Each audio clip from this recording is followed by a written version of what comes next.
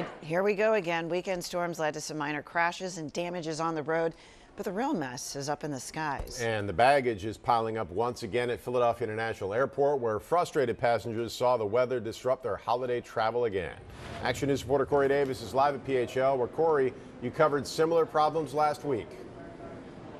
Yeah, Matt and Sam, good morning. And last week, deja vu pretty much for what we're experiencing now. I did speak to one gentleman who was here since last night around 9 o'clock when he was supposed to initially fly out, but his flight got canceled and he's still waiting in need of a wheelchair, he says, somewhere to sit. That's why he's still down here. But overall, though, there are some people who are trickling in after their flights were canceled, hoping that there aren't any delays over the course of the day. Others dealing with luggage issues, too, over their baggage claims, saying that they did not want to leave their luggage unattended.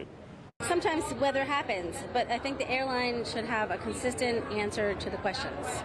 And I think that would make people have more confidence. And passengers were stuck in long customer service lines late last night after severe storms rolled through. Some of them were told it would be at least a 4-hour wait for their luggage, so they decided to go ahead and stick it out. Passengers were separated from their luggage, others just trying to figure out how to find a different way to their destinations. 20% of flights out of Philadelphia were canceled and just over 40% were delayed. A similar situation happened last week with tons of luggage piling up after heavy storms rolled through this area. The chief operating officer of the city's Department of Aviation says severe weather during a busy travel season like this causes huge changes behind the scenes, especially if there's lightning. If there's lightning within 10 miles of the airport, no aircraft fueling can occur. And if there's lightning within 5 miles of the airport, for safety reasons, nobody's allowed on the ramp.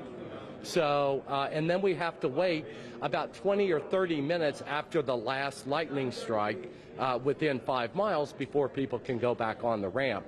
So if we have a 15-20 minute thunderstorm come through with lightning, that could have a really serious effect to air travel.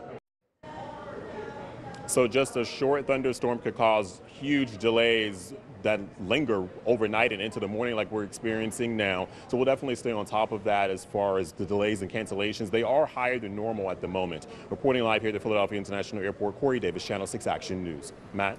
All right, Corey, thanks.